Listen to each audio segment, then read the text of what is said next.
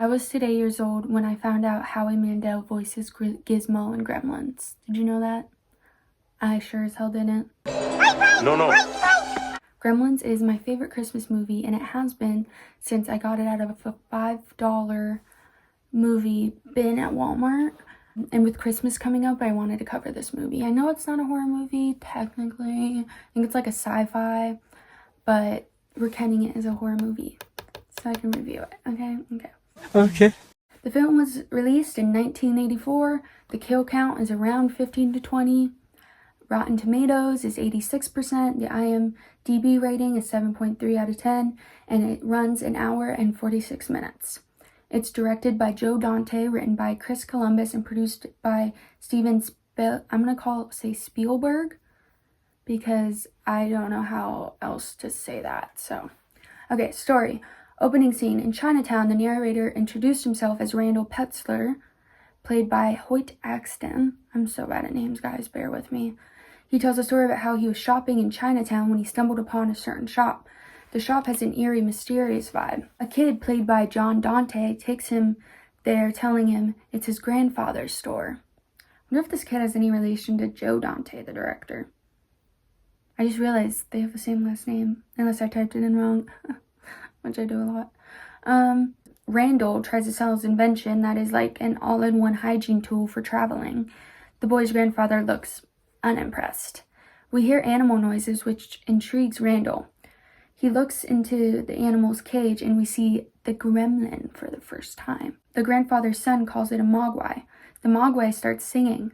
Randall offers to pay $100 for the animal, but the shop owner denies. Randall insists with more money, but he still says no. He says mogwai come with a lot of responsibility. The kid brings Randall the mogwai behind his grandfather's back. He tells him there's 3 rules. 1, keep him out of the light and sunlight will kill him. 2, keep him away from water and don't get him wet. 3, the most important rule, never feed him after midnight. Back in Kingston Falls, Pennsylvania, we get the intro credits to Christmas by Darlene Love. We see Billy, played by Zach Galligan? Trying to get into his car, which is covered in snow, to start. He also has his dog Barney in the car. Mr. Futterman, played by Dick Miller, asks Billy if he needs help. I'm so bad at typing. I don't think that was grammar in what I typed earlier. Obviously, I'm not good at grammar, but I don't think whatever the fuck I just said was grammar either, or had grammar. I don't think there was grammar. Grammar? Absent? Billy declines, saying he's already late for work as it is. Billy tries to walk away, but he just keeps on talking. I think we've all been there. When you've ended the conversation ages ago, and they're still talking, and talking, and talking, and talking. Futterman also, constantly shits on foreign things. The whole movie. It's like his whole thing. Anywho, Billy walks to work at a bank with his dog, hides the dog in his desk, and then he clips on his tie. His coworker Kate, played by Phoebe Cates, asks him to sign a petition for a historical landmark. We learn a lot of buildings in town are being destroyed. They have a romantic eye contact for a couple seconds. Then a random lady is angrily walking through the town with a snowman's head. She is very humbugging. She's very humbugging. I don't think that's a word. Her name is Miss Deagle, played by Polly Holiday. She refuses to help a family in need. Not very jolly of her.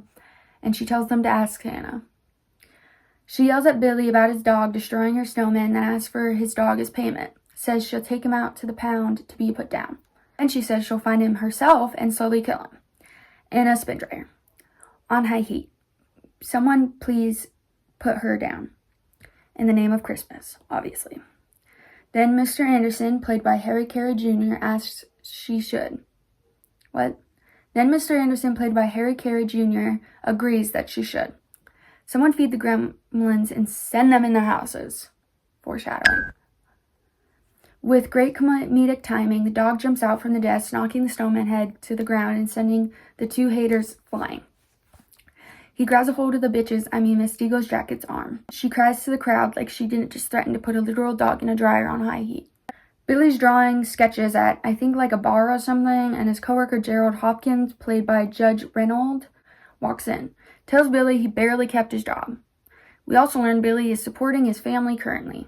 Kate is also a waitress at a bar on weeknights, and she takes Gerald's order. Gerald gets rejected by Kate when he asks her to dinner. Billy gets home, he helps his mom, who's played by Frances Lee McCain, with dinner. Billy's dad seems to be an inventor who makes not-so-great machines. By not-so-great, I mean they don't work. Randall gets home, he gives Billy a gift, he opens it, it's the Mogwai. We see the Mogwai fully in this scene. Billy picks up the Mogwai and holds him like a baby. They name him Gizmo. They get a family photo, but the flash scares Gizmo due to the bright light. Randall tells him the rules. Next scene, Gizmo harmonizes with Billy's keyboard. Honestly, beautiful harmonies. If he can do a backflip, we got the next Benson Boone. After a fall, Billy bandages up Gizmo. Then they all go to sleep. The next morning, Pete, played by Corey Feldman, brings the family their Christmas tree. We get this cute scene of Gizmo watching race cars. Pete goes up to Billy's room with him and sees Gizmo. Then Pete knocks a glass of water on Gizmo, and Gizmo starts to scream. Then little puff balls fly out of him, each getting bigger and bigger. Then they turn into Mogwai. Pete asks for one now that they have more. Pete doesn't seem to care after a while. Gizmo seems to be very unhappy there is more Mogwai. Like he somehow knows that's not going to end well. Hint, hint, wink, wink. Billy tries to tell his dad, but he's showing him his new reinvented invention. Billy seems to forget what's going on upstairs.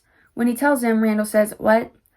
Billy notices the new Mogwai isn't like Gizmo. One seems to be the leader of them. Randall seems to see this as a way to make money. Billy wakes up to Barney, his dog, whimpering, and he finds him tied up on the porch with Christmas lights. Billy and his family think it's Mrs. Deagle who did that to his dog, which isn't crazy to think.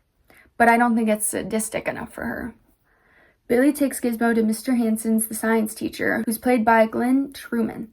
They experiment on the Gizmo with a drop of water, showing Mr. Hansen how it makes them multiply. Hansen asks to keep one to test on, and Billy agrees.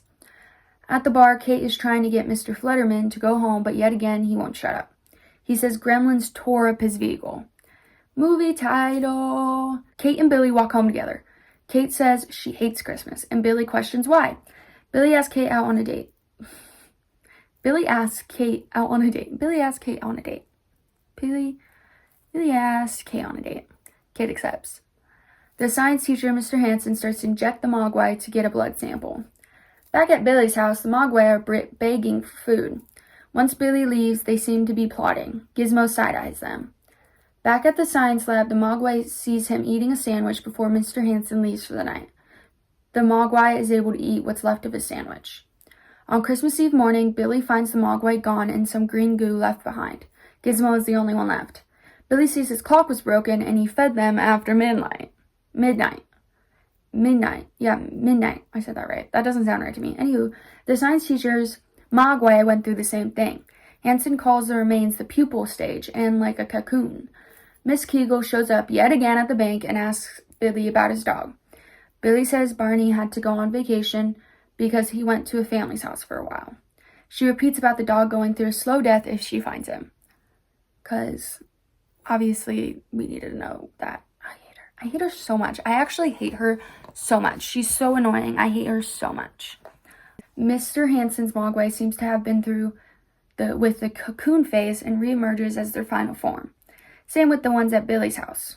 Gizmo hides away from the other ones. The Mogwai escapes into the school right as the kids leave for Christmas break. Mr. Hansen calls Billy, and Billy takes off from the bank to go to the school. Someone's not keeping his job. Mr. Hansen tries to lure the Mogwai out with a candy bar. He dangled the bar under a desk. It eats the candy bar, but doesn't stop there. Billy finds Mr. Hansen dead under his desk. Billy reaches for the phone, but the Mogwai slaps his hand. The Mogwai seems to be eating random objects off of Mr. Hansen's desk before leaving through a vent. In the student lounge, I think I meant teacher's lounge. In the teacher's lounge, Billy takes a second to catch his breath before the Mogwai leaps out of a cabinet. Then the Mogwai leaves them. Then the Mogwai leaps out of a cabinet and then leaves through a vent. Okay. Nailed it. Got it that time. At Billy's house, the Mogwai are throwing darts at poor Gizmo. The mom hears this and grabs a knife before going up the stairs. Billy calls his mom and tells her to get out of the house before the Mogwai disconnects his call. The Mogwai at the house start blaring the song, "Do You Hear What I Hear?" Billy runs home. The Mogwai seem to be playing tricks on Billy's mom. The mom finds the Mogwai eating gingerbread cookies. The mom starts the mixer while the gremlin's in it. For the first time, the dad's invention was helpful. They start throwing plates at her. She's able to defend herself from them. Then, as the mom walks down the hall, it goes silent, which could mean only one thing: jump scare. Billy runs to the house and saves his mom. Billy searches the house for Gizmo and finds him in a cabinet. He puts Gizmo in his backpack to hide him. Sets out on a hunt to find the rest. A Mogwai jumps out and attacks Billy, leaving him with a scratch. The Mogwai falls into a pool and starts to multiply very fast, leaving the pool bubbly and green. Billy runs to tell the sheriff, played by Scott Brady, that they don't seem to be buying Billy's story. Billy shows them Gizmo. At Mr. Futterman's house, him and his wife are having a quiet evening when suddenly their TV starts to glitch. We see the gremlins playing with the antenna signal. Mr. Futterman leaves to go investigate. He sees nothing but hears the gremlins. They start driving. Yes, driving his tractor snow thingy. I didn't know what it was, and then they said what it was later in the movie, and I put in quotation marks, a snowplow. They chase him into his house, knocking down his porch, then drive into the house, and the couple run, but they end up hitting them. At the bank, Mr. Anderson puts mail in the mailbox when a gremlin grabs his arm from inside. These gremlins are smart and start to play with the streetlights, causing crashes. Back at the sheriff office, the cops play with Gizmo. They don't buy Billy's story. They get a call about the Futtermans having a freak accident with their snowplow. That's when they said it and I realized what it was called. Billy begs them to listen, but they tell him to go home. Apparently, gremlins can also read. They read out loud Mr. Dougal's sign outside her house. Hey, as long as they don't hurt all her cats, I'm fine with it. I'm actually okay with it. I actually liked this. Of course, the mean lady is also a crazy cat lady. I swear we're actually nice. A gremlin sneaks into her house through her cat door. She hears Christmas carolers, and she sees it's the gremlins. One messed with her electric chair inside. She says, "They've come for me." Girl, who is they? She's like, who's they? Who do you think's finally coming for you? Like, guilty conscience much? And about who? She sits on the chair and starts going super fast and ends up the broken chair ends up sending her through her window.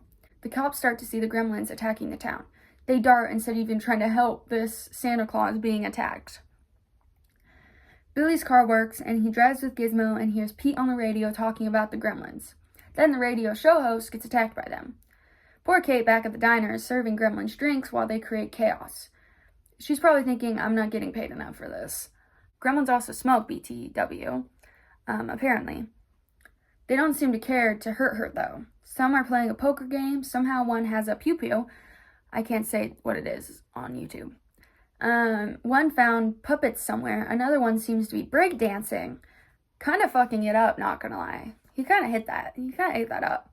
Kate makes a discovery and realizes they're scared of light and starts using camera flashes to scare them off. Another one has a pew-pew. Then she gets the hell out of there. I'm pretty sure she accidentally sits on Gizmo. Billy's car won't start, so they make a run for it. They run into a building, which I think is the school. Billy is still concerned about why Kate hates Christmas, like it's their number one priority right now.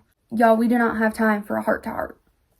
Kate tells her story about how her dad, who was found dead in their chimney. Gizmo's face during the scene is exactly mine as well. And we'll talk about this scene behind the scenes in the end of the video when I talk about the behind the scenes. She says her dad was dressed as Santa trying to go down the chimney and he slipped and broke his neck. You know, I would hate Christmas too. Billy and Kate find the town demolished. They assume the gremlins hid since it was almost daytime and they don't like light. They come across the movie theater and find them in there. Gizmo is severely judging them and I think cussing them out. The gremlins somehow start a movie, Snow White, and they all sing along. Gizmo hums along. Kate and Billy goes to find the boiler room. The gremlin with the white hair stripe leaves the theater to go get milk duds. Billy sets off the gas in the theater. They run out of the boiler room after starting a fire. The gremlins run after them. They lock the gremlins in the theater, then duck to watch the explosion. Stripe is still alive in the department store eating candy. They go to get Stripe. They worry he will get to water and create more gremlins. Billy and Kate kiss. He could be in the water right now, so wrap it up. They split up, Kate and Gizmo looking for a light switch and Billy going after Stripe. Kate finds the electrical panel. Kate unknowingly turns on a fountain, giving Spike a water source. Gizmo sneaks away from Kate. Then Gizmo finds a bright light. Spike is just beating up Billy. Then Spike gets a hold of a chainsaw. Gizmo rides an electric car like how we learned while watching race cars on TV. Spike spots the fountain. Oh my god, say that 3 times. And a pew-pew. Billy's dad with Barney arrive back in town. Barney runs into the department store, the dad behind him. Spike touches the water, but before he could create more gremlins, Gizmo crashes in and turns on the bright light, melting Spike. The dad is hella confused. Gizmo is injured and they wrap him up in a scarf. Spike jumps out of the fountain as a skeleton, but quickly finishes melting and, well, dying. At the end, Billy and his dad see on their TV they're blaming the unexplained accidents as hysteria. Kate is there too and trying to help Gizmo. The man who the dad stole the Mogwai from shows up at their house.